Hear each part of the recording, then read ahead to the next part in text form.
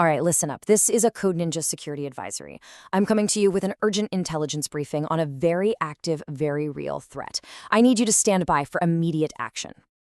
Attention, all defenders. We are tracking a live threat, and it is being actively exploited in the wild right now. The designation is CVE-2008-0015. And yeah, you heard that you're right. This is a critical remote code execution vulnerability, which means attackers can run whatever code they want on a vulnerable machine. Now here's the really weird part. The anomaly in this whole threat profile, this thing is 18 years old. I'm not kidding.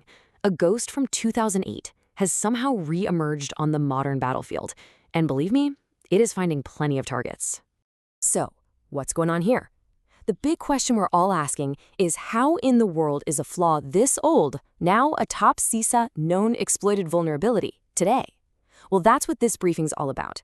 I'm here to give you the intel you need to lock down your systems and protect that perimeter. No excuses. Okay, before we get into the nitty-gritty, we need to do a mandatory comms check. It is absolutely critical we establish a secure channel so you get all ongoing intelligence updates from us.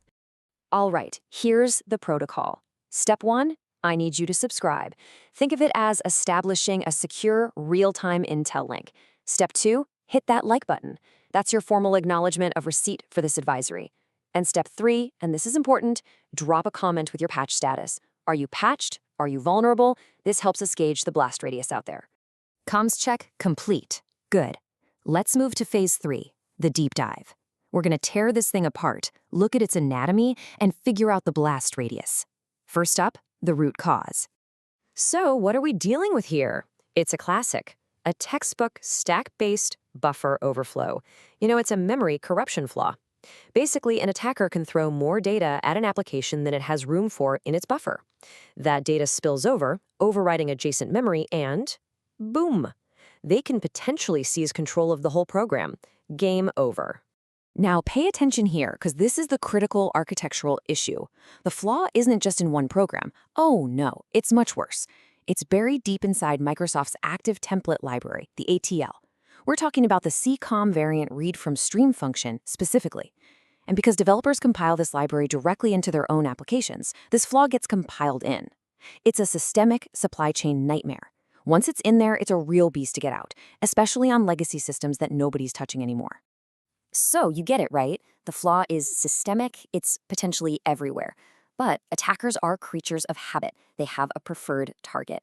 And the most critical, the most widely exploited implementation of this flaw is in the Microsoft Video ActiveX control. That is the #1 attack vector we are seeing in the wild, period.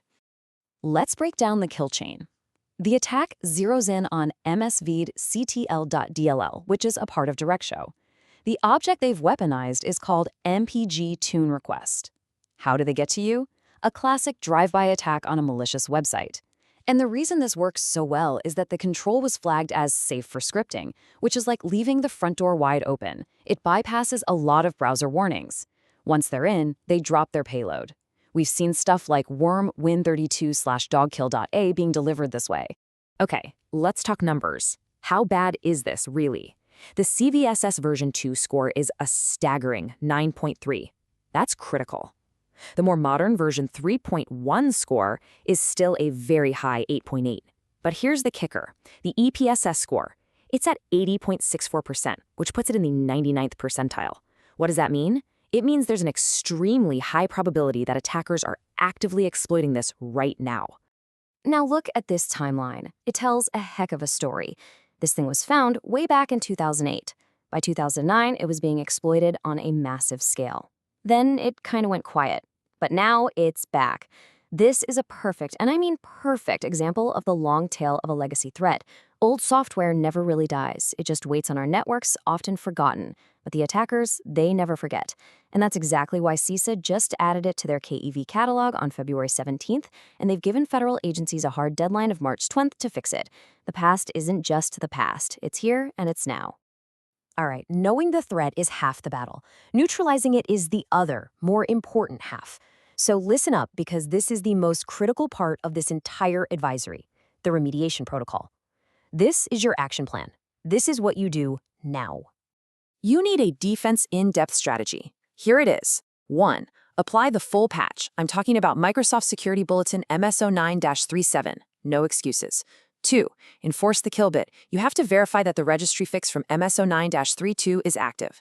This will block that malicious ActiveX control in browsers. 3. Harden your systems. That means using enhanced security configuration on servers and enforcing the principle of least privilege for all your users. And finally, number 4. If you have a system that can't be patched, CISA's mandate is crystal clear. Disconnect it from the network or decommission it entirely. Get it offline. All right, we're heading into the final phase. I want to take a moment to be perfectly clear about the ethics here, about why we're doing this public disclosure. Look, we operate under a simple code, coordinated vulnerability disclosure. The fact is, the patching rates for this vulnerability are dangerously low, and that has turned it back into an active threat. So you, the users, the defenders in the front lines, you need to know about this so you can protect your systems. Silence, in this case, only helps the bad guys. That concludes this advisory. Your orders are clear. Implement the protocol. Protect your perimeter. Stay secure.